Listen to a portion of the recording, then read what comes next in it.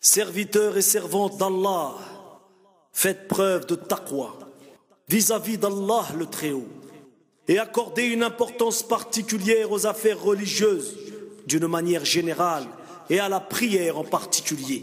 C'est le pilier de l'islam. Elle écarte des péchés. C'est la distinction entre la mécréance et l'islam.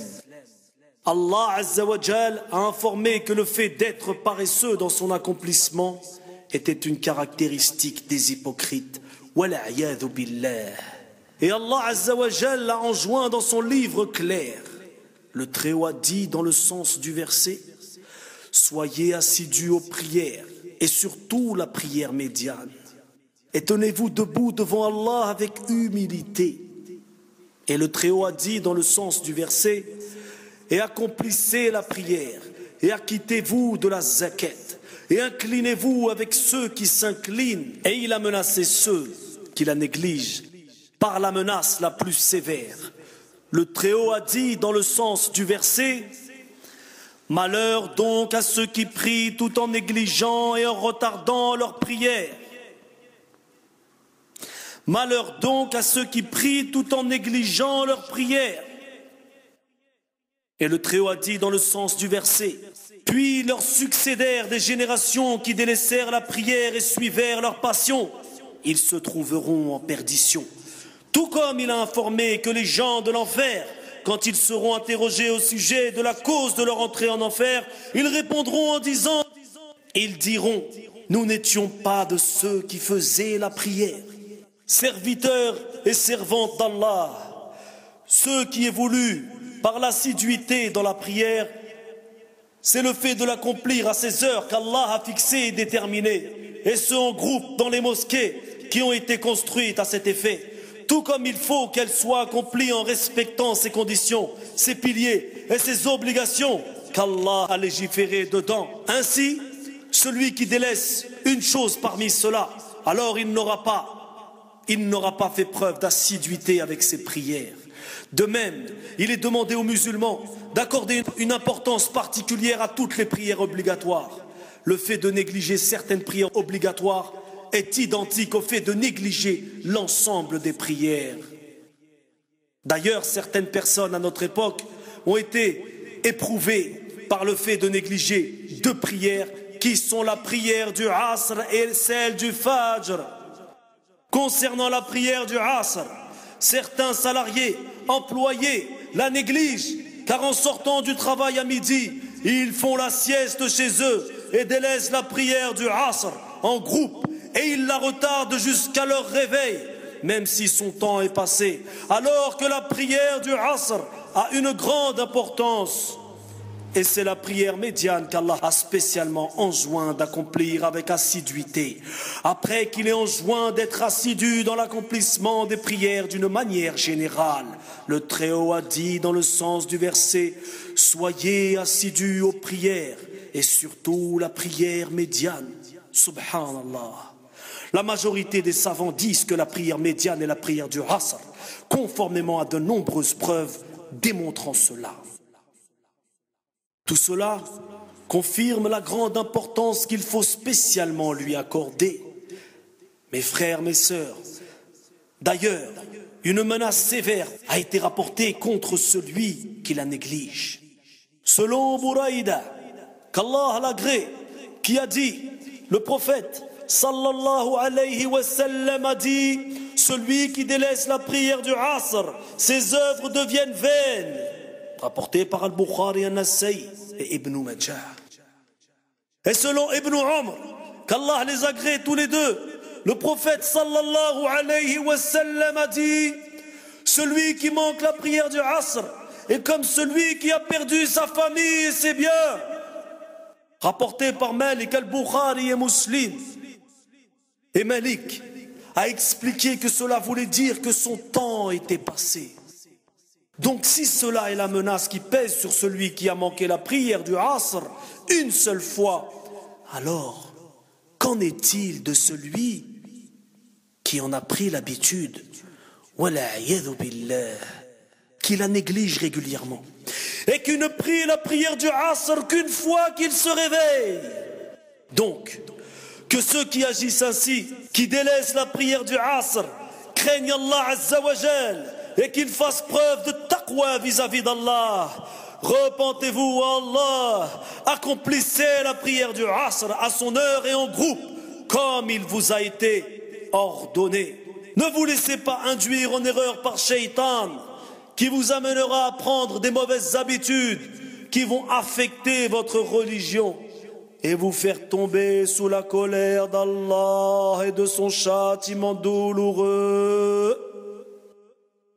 Faites en sorte que votre temps de sommeil et de repos ait lieu après que vous ayez accompli as-salat. Soyez des exemples pieux pour les autres, non pas des mauvais exemples, notamment pour la famille. Quant à la prière du Fajr, Allah a vanté son mérite. Et il a informé que les nobles anges y assistaient. Le Très-Haut a dit dans le sens du verset, et aussi la lecture de l'aube, car la lecture à l'aube a des témoins. Et ce qui évolue par lecture à l'aube, c'est la prière du Fajr. Elle a été appelée ainsi car la récitation du Coran est longue dedans. Et le sens de a des témoins, c'est-à-dire que des anges y assistent, les anges de la nuit et ceux du jour. Il est rapporté par Al-Bukhari et Muslim, selon Abu Hurayra, qu'Allah l'agrée, qui rapporte que le prophète sallallahu alayhi wa sallam a dit: les anges de la nuit et ceux du jour se succèdent parmi vous. Ils se réunissent lors de la prière du Fajr et celle du Asr. Puis ceux qui étaient parmi vous, c'est-à-dire ceux de la nuit avant Fajr et ceux du jour avant Asr, montent et leur Seigneur leur demande, bien qu'ils sachent mieux qu'eux: comment avez-vous quitté mes serviteurs? Ils répondront: nous les avons quittés alors qu'ils priaient, et nous les avons trouvés alors qu'ils priaient. Selon Abu Malik, qui rapporte que son père, qu'Allah les agrée, a dit: le messager d'Allah sallallahu alayhi wa sallam a dit: celui qui accomplit la prière du Subh est sous la protection d'Allah, et son compte sera auprès d'Allah. At-Tabarani. Selon Jundub ibn Abdillah, qu'Allah l'agrée, qui rapporte que le messager d'Allah sallallahu alayhi wa sallam a dit: celui qui a accompli la prière du Subh est sous la protection d'Allah. Donc prenez garde de faire ce qui annulerait cette protection et qui vous exposerait au fait qu'Allah vous en demande des comptes. C'est-à-dire, ne délaissez pas la prière du Subh, sinon le pacte entre vous et Allah sera brisé et il vous en demandera des comptes. Car celui à qui Allah demandera des comptes à ce sujet, il le rattrapera et le jettera la tête la première dans le feu de l'enfer. Muslim et d'autres. Malgré l'énorme mérite lié à la prière du Fajr et la menace sévère qui pèse sur celui qui la néglige, certaines personnes n'y accordent aucune importance.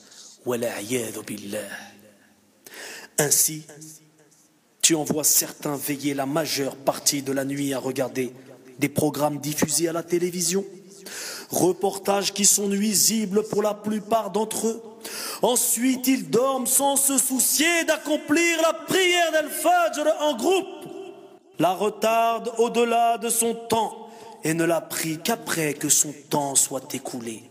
En agissant ainsi, il commet deux énormes crimes. Le premier, le délaissement de la prière en groupe. Le deuxième, retarder la prière jusqu'à ce que son temps soit écoulé. Cela peut être aggravé par le fait que lorsque la personne veille, cela soit dans le but de regarder des films qu'il est interdit de regarder, ainsi que de regarder ce qui est diffusé à la télévision comme haram. Donc craignez Allah et faites preuve de taqwa vis-à-vis de lui, serviteurs et servants d'Allah Azza wa Jal. Ne soyez pas de ceux au sujet desquels Allah a dit dans le sens du verset: Puis leur succédèrent des générations qui délaissèrent la prière et suivirent leur passion. Ils se trouveront en perdition. Parmi les passions entraînant le délaissement de la prière à salat, le fait de veiller pour regarder des programmes télévisés, de se délecter à les regarder et ensuite d'aller dormir sans se soucier d'accomplir la prière du Fajr. Donc, craignez Allah et faites preuve de taqwa vis-à-vis de lui, serviteur et servant d'Allah. Donnez à la prière sa juste valeur. Subhanallah. Couchez-vous tôt afin de pouvoir vous lever tôt pour accomplir la prière as-salat, mes bien-aimés. Et sachez que ceux qui vous détournent de la prière ou qui est la cause de son retardement au-delà de son temps, que cela soit la vente et l'achat ou le sommeil ou le travail, alors cela est haram, interdit. Le Très-Haut a dit dans le sens du verset: ô vous qui avez cru, que ni vos biens ni vos enfants ne vous distraient du rappel d'Allah, et quiconque fait cela, alors ceux-là seront les perdants. Et le Très-Haut a dit dans le sens du verset: ô vous qui avez cru, quand on vous appelle à la prière du jour du vendredi, accourez à l'évocation d'Allah et laissez tout négoce. Cela est bien meilleur pour vous, si vous le saviez.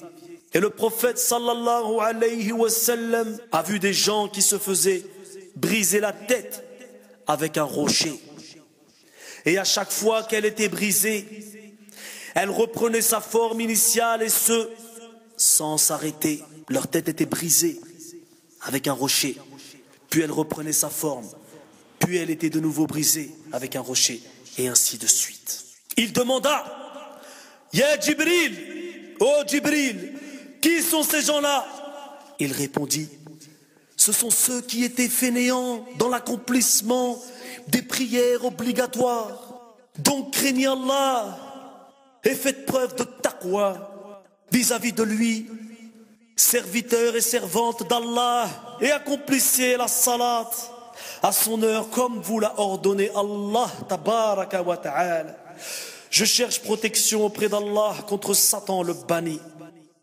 Dans le sens du verset, dans des maisons qu'Allah a permis que l'on élève et où son nom est évoqué. Il glorifie matin et soir des hommes qui le négocient, ni le troc ne distrait de l'évocation d'Allah, de l'accomplissement de la prière et de l'acquittement de la zakat, et qui redoutent un jour où les cœurs seront bouleversés ainsi que les regards.